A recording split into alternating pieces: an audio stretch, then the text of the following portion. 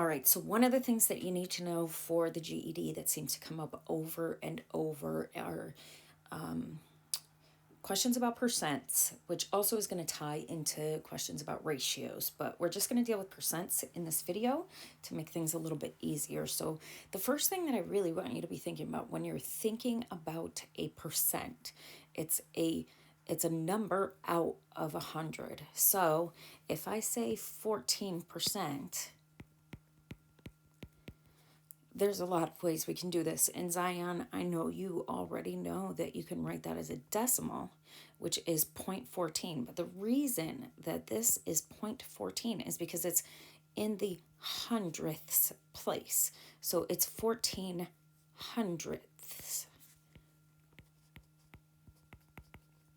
So this is a really handy way to write a percent in order to use a calculator to solve problems. Another way that you might need to think of a percent is as a fraction. It's 14 over 100. It's 14 out of 100. So just being careful when you're working with this, because if you've got 3%, remembering as a decimal that's 0.03 or 0.03, because we want that 3 to be in the hundredths place value, or to have a hundredths in the hundredths place. And that would be 3 out of 100. So whenever you see percent, it depends. If it's a ratio problem, you might be, if it's saying how many out of how many of the marbles in the bag were green, if 14% of them were green, you might be better off using a fraction. If you're talking about money, you're often better off using a decimal. So a couple of the kinds of questions that we might have, we're just going to kind of like go off the front of this. So what is 14% of 52? So to take a percent of a number, we multiply. So again, percent means per 100. So this is 0.14 times 52.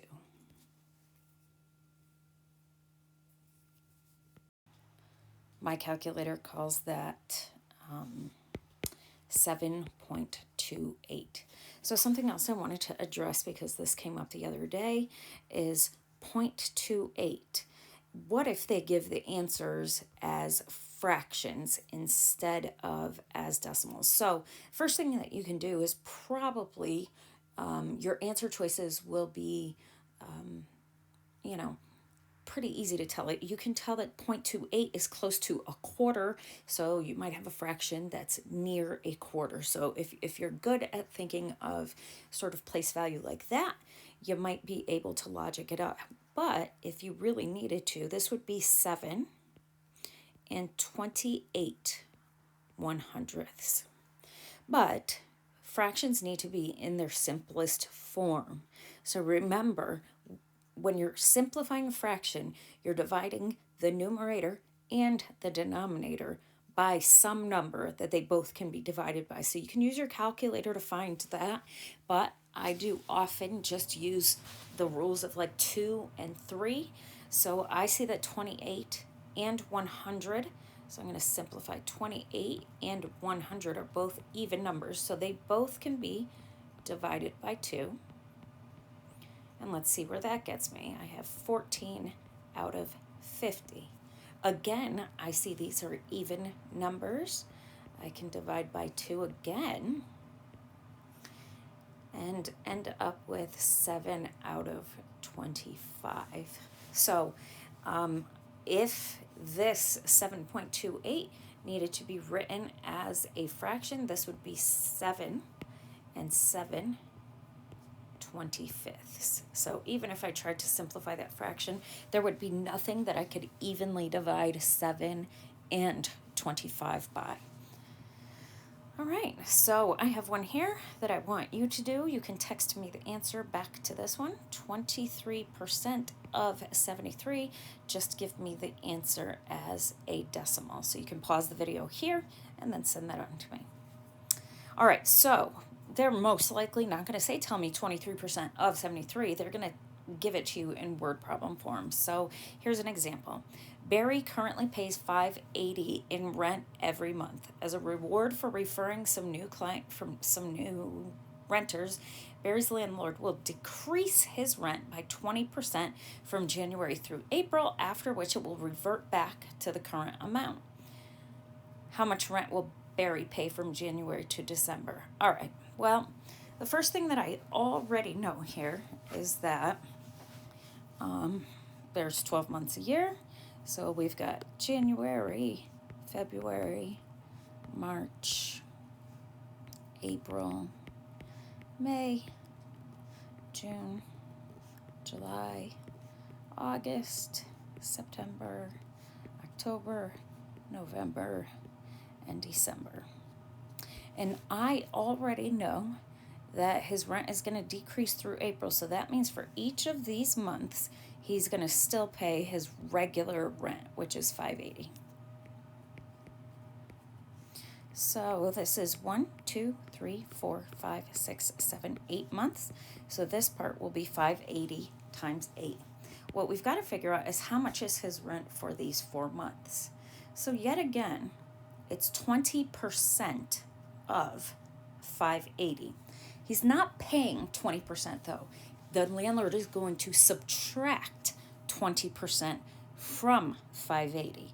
So this is a two-step process. The first thing that you've got to do is 580 times,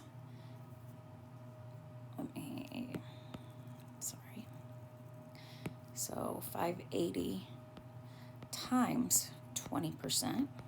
And then what we get there, we're going to take our original rent amount of 580 and subtract that to get his new rent. So 580 times 20% is 116.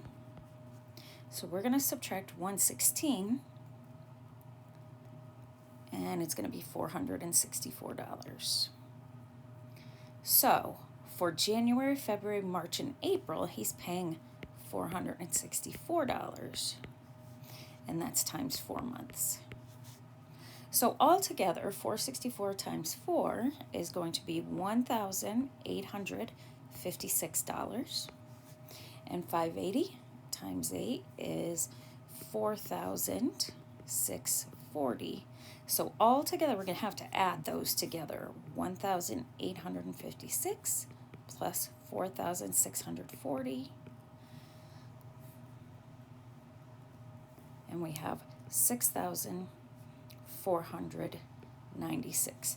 So you got to be really careful when they're saying decreases or increases, because we're not taking 20% of. If so, he would only be paying $116 a month, which that would be a real bargain.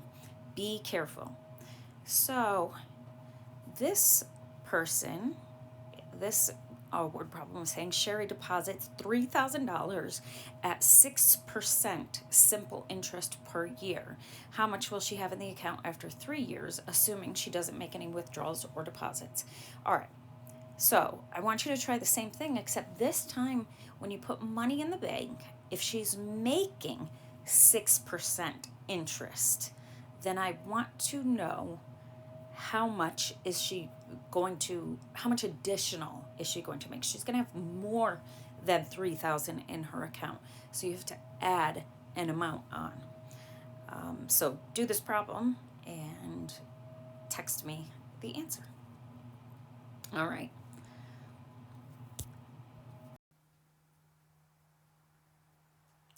So this next question, Julie has a gift card with $500 worth of credit on it. I wish somebody would give me that gift card. She wants to spend it at the store where she works because she gets a 30% employee discount. Also, the sales tax in the location of this store is 7%. What is the maximum price before discount and tax that she can buy with the card? So there's a few ways we can think about this. But on the GED, you're actually going to be given 4 possible answer choices. So I'm going to give you a possibility of A, which is $685, or B, which is $649.35, or C, which is 615, or D, which is 667.55. So remember, if she's getting 30% off, then that means that we take the amount of the merchandise and subtract the 30%. And we're going to tack, then we're going to add on 7% sales tax, see if we're under the $500 limit. So let's start with A, which is $685. So if she bought $685 worth of stuff and she got a 30% discount, let's see how much she got off. So she got $685 times 30%. So she can take off $205.50. So 685 minus 205.50, we end up with $479.50. So far so good, but there's also a 7% sales tax. So we know we're going to have to add our sales tax on. So we're going to multiply this times 0.07 and see if we end up, so we end up with $33.565. Money doesn't work like that, so you have to round it up to 57 cents. So $479.50 plus 33.57, sorry, I'm doing this math at the same time here, equals $513.07. Too much. All right, so I want you to check the other three numbers. You can use, you have really good like reasoning skills. Multiply it by 30% and subtract that discount off. Then take your total, multiply it times 7% and add that amount on, and you tell me if the answer is A, B, C, or D. All right, a salesperson for a car dealership earns 20% commission on all sales. She has sold one vehicle this week, a $52,000 van on Tuesday, and today's Saturday. She wants to earn $20,000 in commission by the end of the week. At the very least, how much does she need to accomplish today to reach her goal? All right, so she gets 20% commission, which means I'm going to take that original $52,000, multiply it times 22 by 20% to see how much she made. And we end up with $10,400. All right, she wanted to make $20,000, so she's not there yet. She needs to make an additional plus what equals 20,000.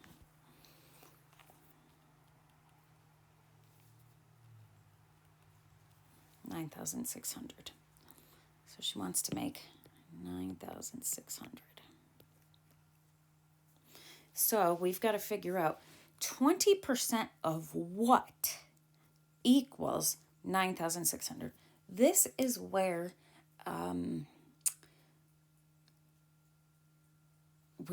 algebra might be helpful. You also can use the answer choices just like we did in the problem above to see which one of those comes out to 9,600.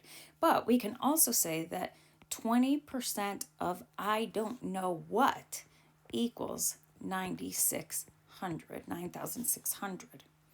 If we are solving for x, remember this is 0.20 times x. In order to solve an equation, we would divide both sides by that 20%. This ends up with x equals, divided by 20%, $48,000. So she needs to sell another car that is worth $48,000 in order to make her commission goal.